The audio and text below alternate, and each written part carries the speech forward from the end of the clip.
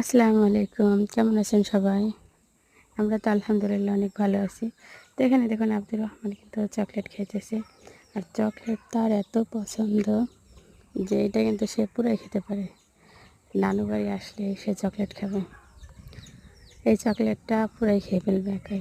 চকলেটের জন্য কান্নাকাটি করতেছিল। মা চকলেট খাবো, মা চকলেট খাবো।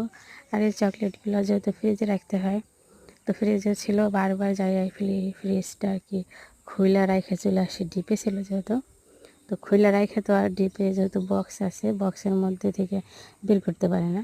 খুলে রাইখে চলে আসি। একটু পরে গেলে দেখা যায় ফ্রিজ খোলা, মানে এমনি ধাক্কা দেওয়া থাকে কিন্তু পুরো মেশে না। এই একটা চকলেটই ছিল লাস্টে। তো ভাবলাম যে চকলেটটা দিয়ে দিই, থাকবেও না, ঝামেলাও থাকবে না। তাই জন্য চকলেটটা আজকে দিয়ে দিলাম। আর চকলেটটা এত মজা ছিল খেতে, ও পুরোটাই খেয়ে ফেলছে।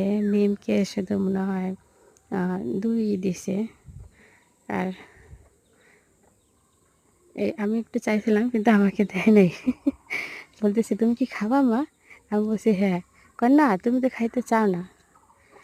চকলেট তার অনেক পছন্দ, চকলেট খাইতে চায় মানে খুশিতে কী যেন বলতেছিল।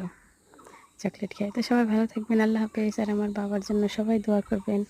সবাই সুস্থ থাকবেন।